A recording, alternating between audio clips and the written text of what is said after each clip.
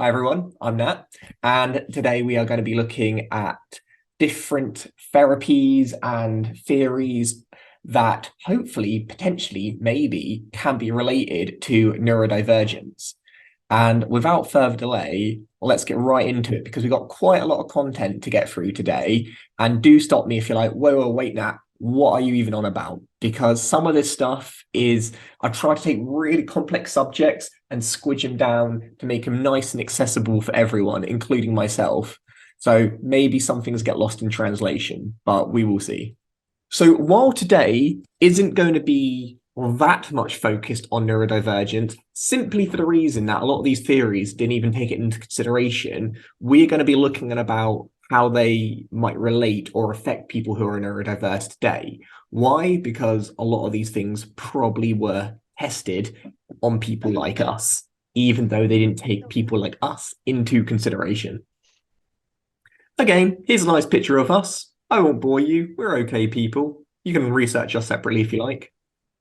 Our last webinar was the rise of the expert buyer experience, now on YouTube. Really interesting session, kind of really questioning, do organizations like exceptional individuals, are they better than experts? Are they worse than experts? Or do they have their place? Hopefully we came to the conclusion that they have their place, but they're not, hopefully they will never replace a clinical expert. So let's start off with some family therapies for neurodiverse families. Not the catchiest title today. Oh well. Now, we're going to start off with some, like, well, I say basic stuff, like kind of classic stuff, I'll say. So everyone knows Freud, you know, that kind of like old guy who smokes a cigar, who tells you that you're secretly in love with your mum. Well, he had some other interesting therapies. So his psychosocial therapy of development essentially was saying, as we kind of grow, as we get older, we go through different stages. We've got the id, that basic drives and needs. So when you're a baby, you know, I want milk, you know, pretty basic. The main goal is to keep you alive. Then as you get a little bit older into adulthood, you get your ego, you start interacting with the external world and understanding. And then when you get a lot older, you become like super ego. And this is when you dictate right or wrong and you become a bit judgmental. And why is this useful to understand neurodivergence? Well, typically, a lot of people who are neurodivergent have a delayed development. So I know for myself, I was normally about 2 years behind my peers. So I might have stayed in the id phase longer than other people. And it's quite interesting how the brain develops. Now, some people can kind of get, I don't know, stuck's the right word, but kind of get gridlocked in one particular stage. Now, I'd imagine most of us have gone beyond the basic needs section. Now we're still learning to interact with the world. And I know, Emma, we talked about earlier, like when you get these diagnoses, it is about kind of learning to reenact with the world around us. And maybe we don't feel in the position to know right from wrong because we haven't quite reached that last area. Who knows what's right or wrong when your mind isn't the status quo? Now, with a lot of these theories, I'm not saying they completely gel with neurodivergence, but I would love to know your opinions. Do you think this works for people who have an atypical way of thinking, or do you think they only really relate to the status quo? Because again, when a lot of these theories were developed, they weren't created with us in mind, but they are used very commonly. So the first question is, what are some things we feel or do that come from our subconscious mind, which controls a lot of our actions? So this is just looking at what are the things which are going on under the hood, ideally related to neurodivergence. Is there anything which just kind of happens automatically that we do not really think about? And this little image is quite a good one. So we talked about our basic needs, like the id. That is like the iceberg. Like that's things under the water. That's your subconscious. Your ego is what you're very aware of. This is you interacting with the world. That's the top of the iceberg. And your super ego, this is when you're able to like take a step back and view your life from maybe someone else's perspective. It's a difficult question, to be honest, and I tried to word this in a way which was as easy as possible. But if no one has any answers to this, I genuinely don't blame you. I don't even know what I would answer with it.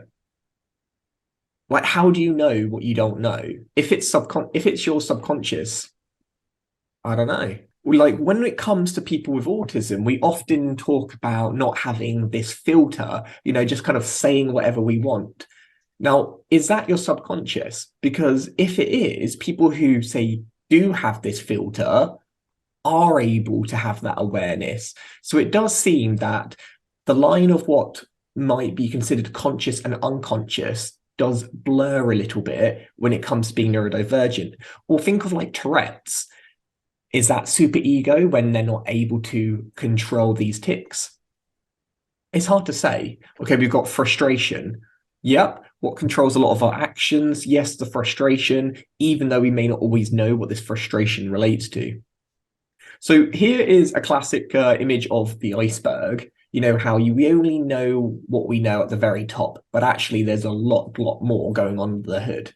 And this is really typical when it comes to understanding this journey of coming to terms with being neurodivergent.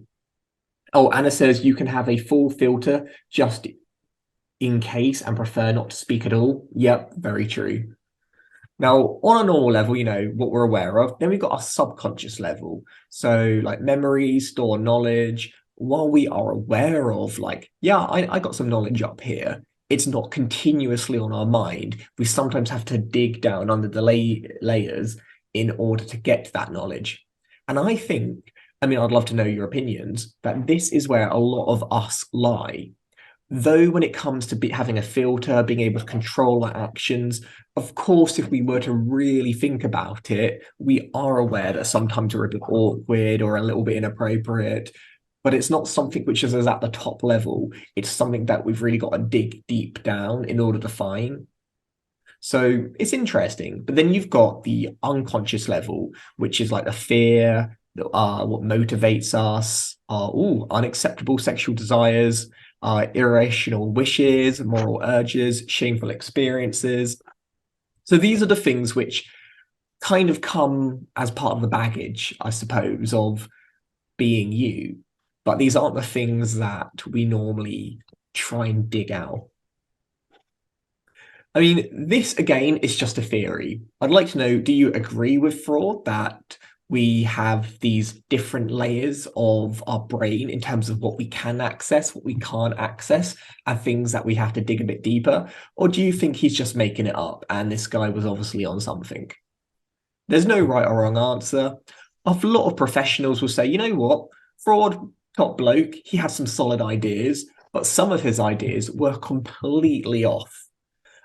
He's one of those interesting characters where he was either spot on or he was really wrong. Okay, a lot of you, you do like his theories? I think, I do like the one of the iceberg because for me, it does make it a lot easier to understand my actions. Why are some things come so natural to me and why do other things take a lot more development? And as we learned how, we have these different stages of development in life, if we know that we take a little bit longer to develop to neurotypical people, naturally the different layers of the iceberg take different times to kind of reveal themselves or to allow us to have access to them. Now let's move on to this lovely lady, Marlene Klein. She created object relation theory. And although a lot of these sound kind of complex, they're pretty easy, to be honest. So her idea was how childhood experiences affect how people form relationships later in life. So this is saying your childhood is kind of a big deal. And a lot of us got diagnosed later in life. A lot of us had parents who didn't understand what it meant to be different and the way they treated us. Now that arguably has the biggest impact to how we view ourselves today. And no amount of research, understanding, or kind of like exploring yourself kind of ever can get rid of those early years. She would say, in a nutshell, objects are things that kids decide are either good or bad. So as children, we have a really simple way of looking at the world, good or bad. And this is quite interesting because when it comes to autism, a lot of people say that we might struggle to see between the lines, if a character is either good or bad. And a great example for all the Harry Potter fans, Severus Snape. On the surface, Snape, boo, he's a bad guy. But when you dig between the layers, he's actually a nice guy. He loves Harry's mum. And, so you see that if you're not able to dig between the lines, we have a very black and white view of the world. And object relation theory is saying as children, this is something which is really key to us. So if we have a bad experience in early years, we're not able to see the nuance in it, and it just remains negative our entire life. Oh, Anna says, it really matters, especially when you're brought up by other ND people who are undiagnosed and untreated. Do you know what, Anna? I completely agree with you. I am almost 100% that my mum is neurodivergent, though undiagnosed, and it just adds a whole different layer. Because the expression monkey see, monkey do, the way people are with you in your younger years shapes how you grow up. And if your people who are raising you are neurodiverse, but do not have an idea, you're kind of mimicking their actions. So while being neurodivergent is hereditary, means it runs in the family, can it also be inherited from a behavioral perspective? Now, that's a really interesting kind of thought. So let's say this, your parents are neurodiverse, you are not, but because you are learning from your parents, do you develop those traits? Because we know that while being neurodivergent is lifelong, it is a developmental condition, which means it forms in the very, very early stages of life. And when you are young, your head is all spongy. So can your brain kind of pick up those neurodiverse traits? The nature v nurture argument. Probably, with most of these things, it's normally a little bit of everything. I wonder how would I have been quicker to develop had I had a neurotypical parent? Maybe. It's kind of hard to say. But I think as we're moving on and we're getting more and more people are aware of how their brain works, maybe things will look a little bit different. Okay, and it says, how can you not be ND if your parents are? From my research and understanding, it's mostly genetic. Well, and yes, it is genetic, but it's not a guarantee. So often being neurodiverse can skip generations. So let's say you have autism. Well, your parents may not, but your grandparents may have it, or your uncles or aunties. It's not a guarantee. It's why it's very possible. I've always got to be careful because when I say it's genetic and I'm like talking to parents, they're all like, oh, am I ADHD? No, you're not. Or at least not necessarily. Oh, and it says, I did a sneaky autism test on my 75-year-old dad 3 weeks ago and scored higher. Oh, and he scored higher than I did. I mean, it's interesting, isn't it? I mean, at that age, there's probably no use in telling him he has autism. But I've been saying for like about 12 months since I started halfway through my diagnostic process, I was like, it's my dad. Do you know what I mean? Like my dad is so autistic. And I said to my mum a few weeks ago, I'm just going to go and ask him to, because I'm doing some autism like actual qualifications. So I'm going to go and ask him. He'll do a test for me as part of my course. Yeah. And did like, it was funny enough. It was your test, the one on your website, the exceptional individuals one. And I think I score about 35 to 40 on it, and he scores like 45 to 50. So he like scores significantly higher than I do, which I thought was hilarious. My mum thinks it's hysterical. That is really interesting. I also think maybe, and again, we're just going to speculation at this point, but we know that when you're younger, you don't do masking. You are inherently you. As you get older, you learn masking, which means you're able to cover up those kind of characteristics. But we also, when you get older, screw it, be darned with it. You just be yourself. And that might be rude, it might be outlandish, you might be, or eccentric. So maybe that's why you might score higher, because you feel less inclined to kind of cover those things that you always have up. Just an idea. Okay, we've got, is it possible to still be autistic when you don't score high enough on ASD tests? Absolutely, Anna. And I think let's just spend a moment on that, because these tests, though I'll be honest with you, I created it, they're problematic, because the idea is you only get a diagnosis if something affects you in a negative way for a long period of time. So let's say you've managed to find the silver lining of, let's say, autism.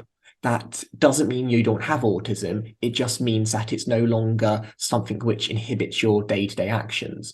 Also, you might only have one or two characteristics, but they might affect you really, really deeply. And the others, not that big of a deal. But these tests, because they are relatively basic, they normally take everything as like a whole and give you like, oh, so many points for each one. They're a good way to have a starting conversation, but they're not an accurate way. So if you know you have autism and it comes off you do not, try not to have an identity crisis. I sometimes get people who probably do not have autism but score really high, and that might relate to just how they feel in that particular moment, and they don't have a professional to kind of walk them along that journey. So yeah, take it with a huge grain of salt or sugar or some sort of white substance. Now, Marlene would say the first 6 months are super important when it comes to developing your ego. Remember, ego is that kind of adult part of your life when you're able to know the difference between right and wrong. So at the birth, paranoid schizo position, quite a big term, but babies only see part of the mother and project love and hate onto different parts. We're getting a little bit meta now, but essentially, again, black or white. Mum's either good because she's given us that lovely mum milk, or she's bad because she's being evil and not letting us have our toy. It's black or white.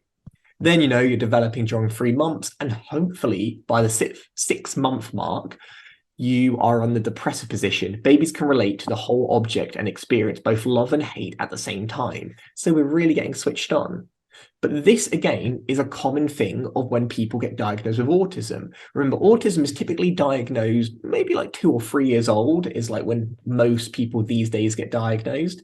And you'll see, because we have a delayed response in our development, maybe we quite haven't reached this mark yet. So you can see how, even though this theory is like really old, how it might still have a grain of truth when we're relating it to neurodivergence. Okay, quick question. What do you think makes a good enough mother? And this term was used by Marlene in kind of indicating what is the absolute bare basics a mother or father, but they use mother in this instance, that is good enough. We're not looking for Mary Poppins here. We're just looking at a mother who's not going to screw your child up. Easier said than done, but I'd love to know your thoughts. Okay, let's have a little look. We got one who validates your emotions. Yes, agrees with you. Child is warm, fed, clean, and cuddled. Yeah. I mean, you got the basics there. We got the id, remember, like food, water, shelter, done, and cuddled, I would say, feels that emotional side. We've got one who previndicures based and positive attitudes. Sorry, I struggled reading that. It's a long old word. I get what you're saying. Sorry. No worries. Work trying to multitask. So it's interesting to think, what is a good enough mother? And that might sound like an insult, but it's not. It's just saying, what are the absolute crucial things we need in order not to stunt the development of our child so they grow up healthy and happy. Now, this idea was really kind of pushed more by Winnicott, and in a nutshell, a good enough mother provides a nurturing environment, an environment where you can grow and develop. Encourage independence, allows you to thrive on your own. A mum's imperfection teaches coping. Now, this is quite an interesting one. To be a good enough mother, you do not have to be a great mother. You still have to have those imperfections. And the thing is, like, you learn from someone's reactions, but those reactions do not always have to be positive. We all know our parents aren't perfect, and we learn from those negatives. So that being not perfect actually translates to being a good enough mother. Or emphasizes supporting caregiver. So kind of really making sure that they are there as a supporting guidance. Again, I'm pretty certain this would translate to fathers as well. But, with the mother, it has a particular bond just because of the nature of giving birth. Oh, yes, you learn coping mechanisms. I guess it teaches you how not to be.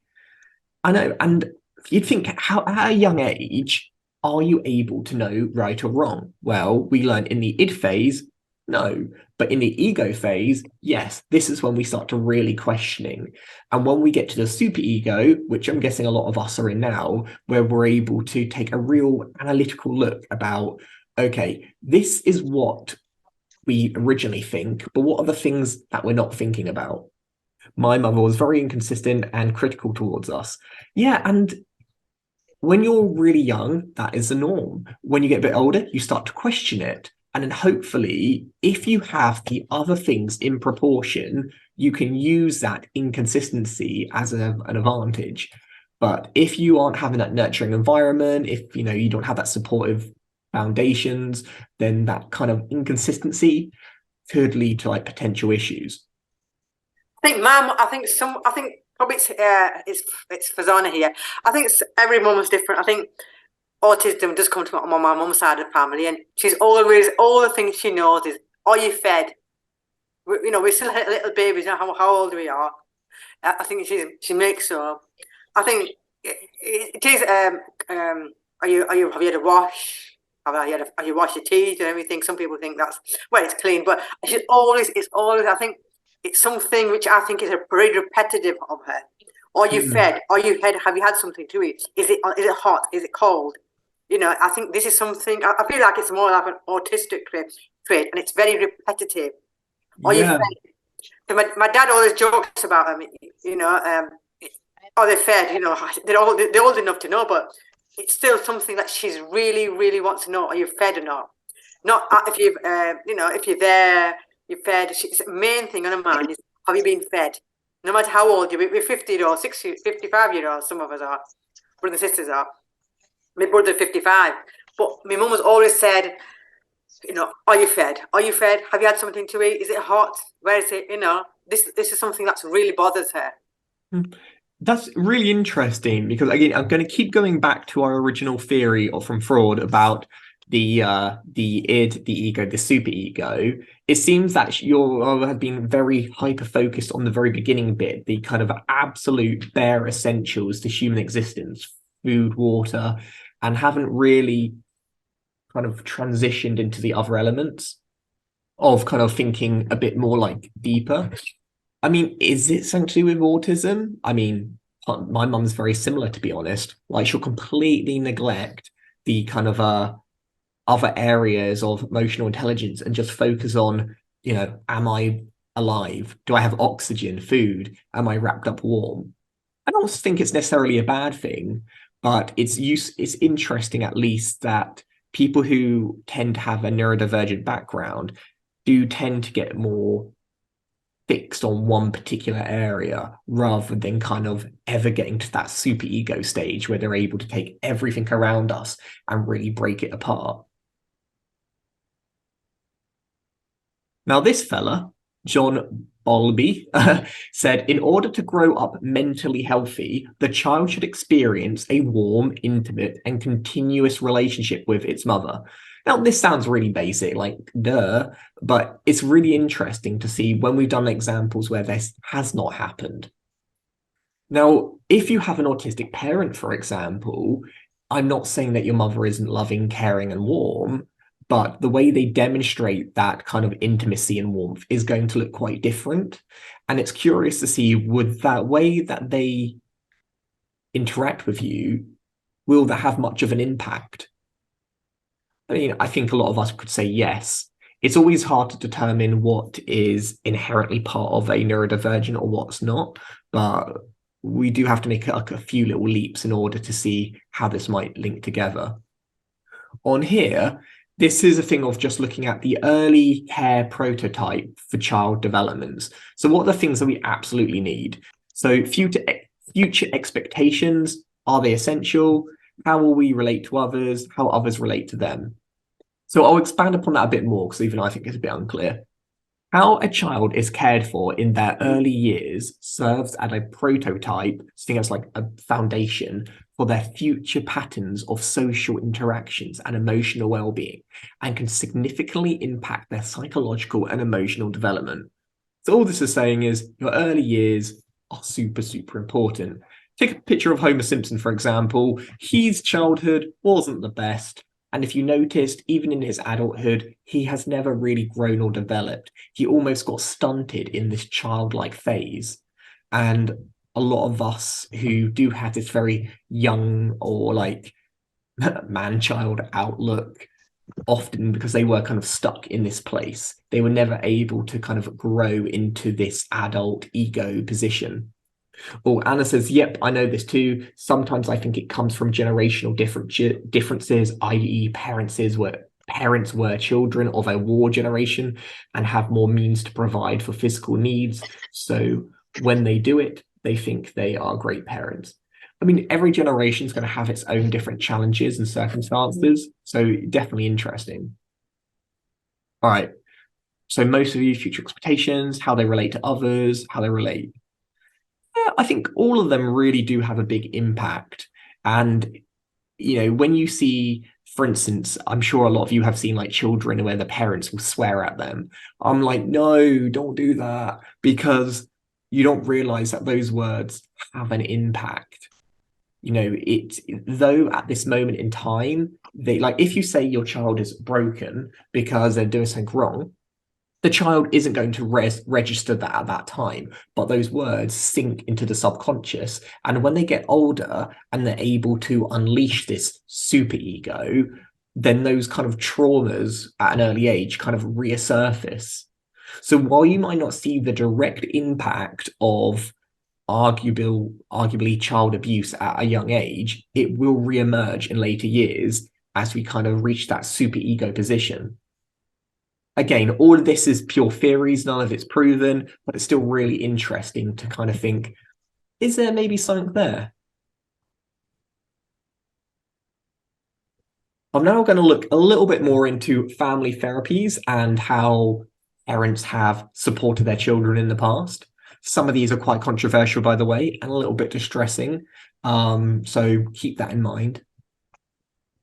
Now, the Palo Alto research group, bunch of 4 people, pretty smart cookies, they came together and they decided to put their brains to use, and this is what they came up with. They thought schizophrenia normalizes imbalanced families. Quite interesting. So families which were a bit all over the place, schizophrenia, perfectly okay. It kind of grounds the family. This is a big thing. Obviously, not everyone agrees. All behavior is communication. So when we try to act out, if we're, misbehaving, it's just a form of communication, a way of balancing these imbalanced families. So this is really hitting home that our mental health, mental illness, and neurodivergences aren't a random occurrence. They are created in a way of balancing a family dynamic. Interesting, right? Communication, surface and meta level. So there's multiple ways we communicate, even if we're not conscious with them. And contradicting communication levels confuse. So what this is saying is, if our communication is a bit confusing and doesn't make sense, this might be the thing which kind of ignites conditions like schizophrenia. It's called double-blind communication. I know a lot, quite confusing, but just stay with me and hopefully we'll break it down. So what contradictory parenting can cause schizophrenia? This was essentially what they came up with, yes or no. So when parents aren't consistent with their message, if the family dynamic is a bit up and down, they're saying that maybe that is the root of schizophrenia, that again, it is created in order to balance out a family. I can see most of you, well, all of you have said no. I do think this one personally is a bit of a leap, but interesting to explore nevertheless. Yeah, I'm probably going to go with this one as well. Still interesting though. I think sometimes by able to question things which we know not to be true, it can help point us in the right direction of things that we probably should be looking at. So systematic therapy. Difficulties must be explored in context of a person's environment. So these are statements. Do you think they are true? Difficulties must be explored in context of a person's environment. So this is saying if someone is struggling with reading or writing, this isn't purely a genetic thing. You have to look at the family environment where people are grown up with. Are they getting their basic needs met? Do they have shelter, warmth, and comfort and love? Really going back to the nature v nurture here. This is really putting home that when you are neurodiverse, is it all genetics, or does the environment play a big part in it? Science is saying genetics, but psychology would say the environment. Again, probably both. We got psychotherapy isn't a cure to mental illness, but helps to strengthen relationships. So when we're looking at these therapies, they're not about getting rid of the mental illness. It's about making families better. And if families are more stable, the brain doesn't need to, I guess, create mental illnesses. Remember, this goes back to the idea that schizophrenia comes from unbalanced families. So if we balance the family out with family therapies, mental illnesses might subside. Who knows? But interesting nevertheless. So remember, do not take any of these things as pure fact. They are pure theories. Reality doesn't exist. It is socially constructed. That's one to have a mental breakdown right there. This is saying everything that we see and understand isn't real. We've created it. You know, there's like a lot of debate at the moment about gender. Are we really male or female? Is that something which is genetically us, or is it something that's a society we have created? You know, boy is for blue, pink is for girls. Is that science, or is that just what we created? Meanings we attach to objects result from societally agreed conventions. So why do girls like Barbies? Well, it's because of socially agreed conventions that you should take great pride in appearance and beauty and etc. Why do boys like action men? If, you know, I don't think they do anymore, but I had them when I was younger. So you've really got to question, where do these thoughts and views come from? Maybe autism is a purer way of being. It's for individuals who do not develop that socially agreed conventions, and as such, they're a more authentic version to their peers, potentially. That's always I've looked at it. When we talk about not having this filter, for me, it's about not subconsciously agreeing to these socially agreed conventions. So I don't see it as a deficit. I see it in many ways as a way of mitigating a turbulent society. Because we know we're talking about families. When families are turbulent, mental health kicks in. Well, what happens if we expand family to all of society? Now, on this, I want you to give a real good go of defining normality. What does it mean to be normal? Is this something we can actually define, or is this something which is too personal to kind of give a definition? Because you'll notice a lot of people who are quite early on in their journey on understanding neurodivergence will say, oh, so I think this way, normal people think in this way, but the rest of us will say neurotypical. And there's a reason why our instinct is to say normal v abnormal, because we are told from an early age what is normal. But is that scientifically normal, or is that a social construct normal? Again, apologies if I'm confusing anyone here. Feel free to call me out and we can try and dissect it a bit more. All right, so what is normal? To be as majority, which isn't necessarily good. Yep. For instance, I know, always going back to the Nazis, but in Nazi Germany, that was normal. So was that good? Obviously not. You know, the normal at the moment is not to recycle and to pollute our environment. That doesn't mean it's good. You know, there's lots of things which, just because it is the norm doesn't mean good, but for some reason we kind of go along with it. The perceived average is behavior, environment, thought, etc. Anything at either extremes is considered abnormal. Yes, extremes. So when we say, oh, that person's far right or that person's far left, we would say that the middle is the normal. But when kind of the world shakes about, the far left and the far right shifts. So what, you know, the idea of the NHS we consider universal healthcare in the UK as normal, right? It's normal. But in the US, universal healthcare is considered far left. Damn hippies. So you see how normality is defined by the current situations. And as some of you rightly mentioned about your parents of the war generation, well, again, their views and opinions and thoughts and what is considered essential is shaped by their environment and time at the time. So now let's have a little look at subjectivity. I don't know why I keep putting such big words in these presentations. Subjectivity. What are your thoughts on the following? So I just want you to say if you think it's true or false. Sadness becomes depression. Blue is for boys, pink is for girls. Girls that act like boys are tomboys. The Bible is true. And just to clarify, there's not a right or wrong answer for these. I'm just saying your answers on these relate to your upbringing. So I'm not bashing anyone's religion. I'm just saying what you consider true depends on your upbringing and your views. So let's have a little look what most of you. Well, me, I have to say it's the typical, it's true, because when I was little, it's always been considered blue is for boys and pink is for girls. But I think it's changed now. It's not, there's no such thing as blue is for, because if you ask somebody who's in today's generation, the youngsters, they'll say, what, blue is for boys and girls, and pink is for girls. That makes sense to them. What does that mean? Yeah. And I believe original, like if you go back in time, the colours were actually reversed. So blue was very common for girls. It's interesting. And these views that, you believe in them so heavily. Another great example is that high heels, obviously for women, well, if you look into the history of high heels, they're originally developed for men. And then women just kind of thought, oh, they're cool and adopted them. And the same with dresses. Like, again, men used to wear dresses, then they didn't, and now they kind of do. So, things change so much.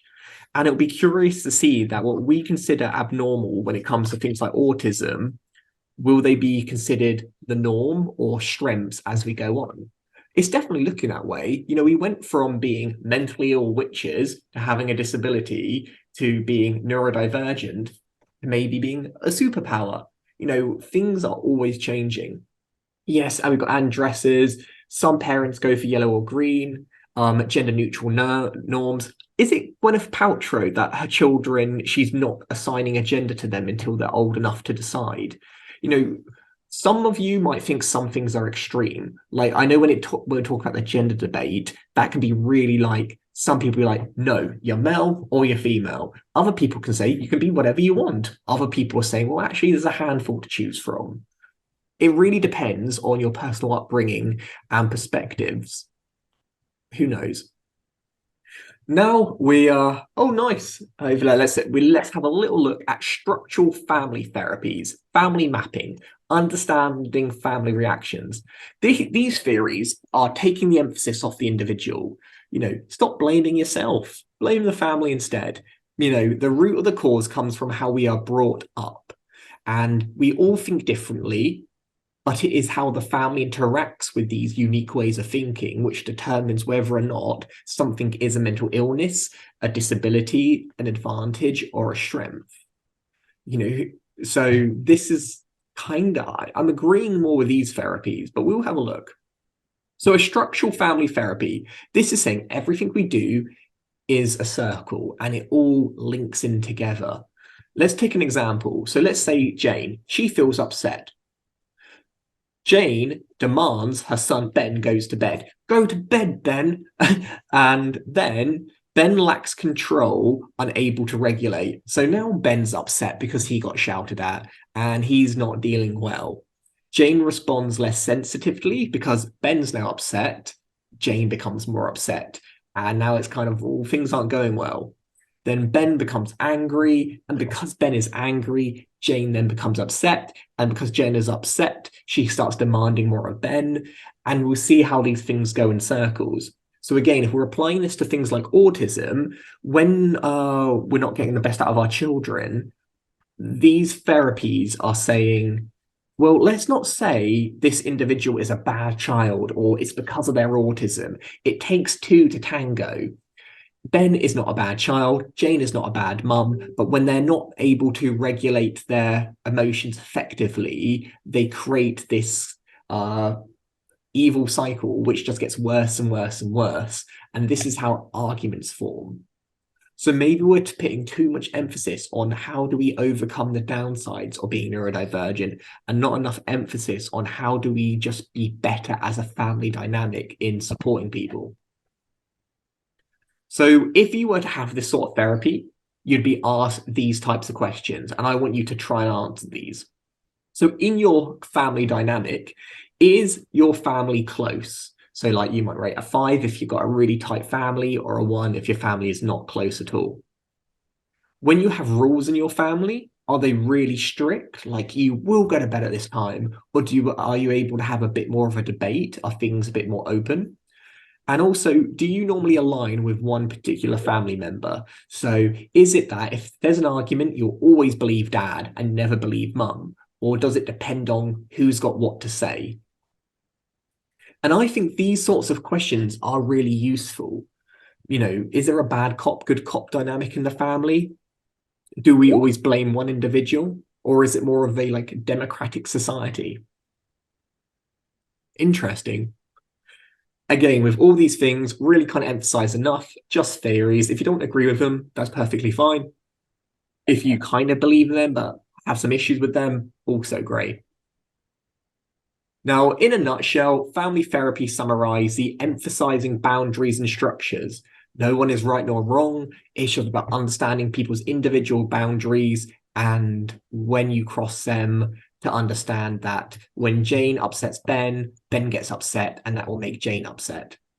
The decision-making process and boundaries, so how you come up with these decisions. The family is a system. This is quite interesting. So treating your family almost like an organic business, something which you are only as strong as your weakest link. So if you are putting all the pressure on one individual, it's not a good dynamic. Knowing that everyone in the family plays their own essential role. I think a lot of classic family dynamics is the parents are the top dogs and the children are just add-ons. But when you're looking at this kind of therapy, they'll say everyone is equal. Everyone has their part to play. Individuals in the family are part of a subsystem, focus on hierarchy, structures of family. Now, here are some other theories and therapies. I honestly don't expect many of you to know what any of these are. I know I sure didn't. But if there's any that you think, that sounds interesting, give it a click, and maybe we can do a bit of a deep dive either now or in the future. So what we've got: behavioural, family therapy, structural, conjoint, contextual, Milan, systematic. Admittedly, if I was you, I'd just be taking a lucky dip at this stage, because these names don't really mean much. But it's just to give you an idea that there are lots of different therapies and views out there on what makes a good, successful family. Some of them, I think, work very well with the idea of neurodivergence. Others, probably not so much. Okay, contextual, let's go with that. So we've got some psychosocial approaches. What does that even mean? Well, we've got behavioural models is actions and behaviours are learned. So if a child is shouting or swearing or being argumentative, essentially that's not because of some DNA or genetics. It's because they saw you do it or someone else and they are repeating. So psychology, we're looking at, is it the science of behaviour or the science of the mind? And I think with most of these things, you've got to look at it from a complete perspective. You can't just blame genetics. Because when we talk, the autism's on my mother's side, well, that very well may be true, but let's not put all the guilt on the mother. It takes a whole dynamic to create a functioning family. Yes, it is both. And we've got things like classical versus operant conditioning. Classical conditioning, you might have heard of like Pavlov's dog. When every time he'd ring a bell, the dog would start salivating because he knew food was coming. That's like a classical thing. And the other one is kind of learning through experiences. I'll move on from that, but in a nutshell, again, classical conditioning often comes from this fella called Little Albert, a really great example on how not to parent. So this was a happy baby. Baby loved life. He had a little pet rabbit, and then they'd scare him, they'd pull his rabbit away. They'd essentially be abusive to this poor child.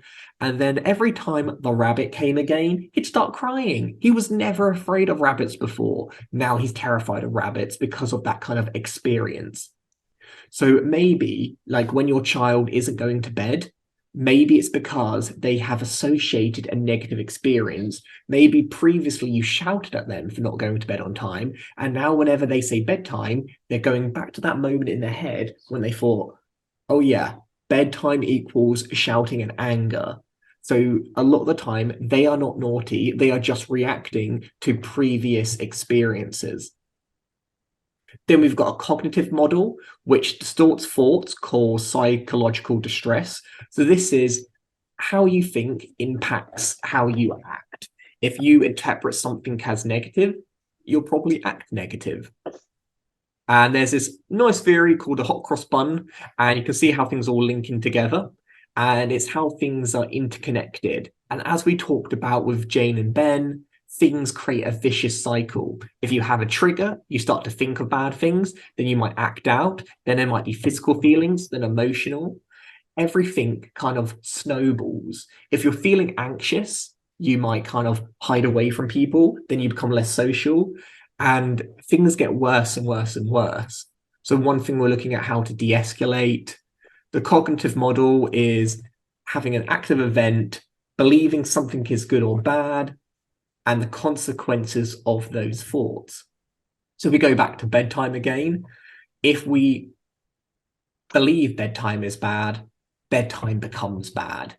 And those original thoughts come from how people react to us within those moments. You know, like, why are we scared of thunderstorms? Maybe because we were scared when we were younger, and that fear is now so built into our subconscious that whenever a thunderstorm happens, we are still just as scared as we were when we were like a tiny little child. This is talking about kind of future areas of development. I won't go into too much detail, but you might have heard of CBT. This is like a type of cognitive behavioral therapy. And essentially, to know there are lots of different types. CBT wasn't created with autistics and neurodivergent people in mind, but there are variations which are starting to think a bit deeper. One of them is something called DBT, and this is dialectical behavior therapy. This is an adaptation for CBT, and it focuses much more on high intense emotions. So it might be how your tolerance for distress, understanding mindfulness, emotional regulations. And one of the reasons I wanted to mention this today is you might have experienced CBT and thought, this doesn't work for me. Well, before you start thinking I'm doomed, there are other therapies available. So you might want to look into ones like DBT and think, you know, maybe that's more suited for how my mind works. I know I tried CBT and it didn't really work for me, but when I kind of like adapted and tailored it a bit more, I found it worked better. Okay, so yeah, Anna says CBT doesn't work for me. Yeah, ACT is recommended for autism. Yes, Emma, and right on cue, we are going to be talking about ACT. We've also got Schema therapy, joined therapy approach. This is essentially when we're getting all these therapies together and we're taking the best of all of them. And here are different things which Schema therapy prioritizes.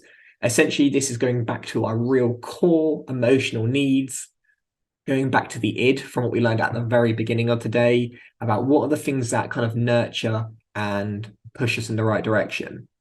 Now, let's go back onto ACT, what you mentioned, Emma. And ACT is more recommended for those with autism. It's a mindfulness-based intervention for psychological flexibility. Sounds a bit like what's going on here, but it's just allowing for different ways of responding. It's less binary. There's more than one ways, and it's quite a young theory as well, so not a bad one.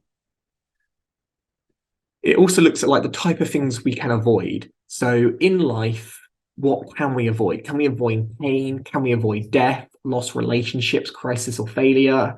Well, No, you can't avoid any of them. And ACT acknowledges that.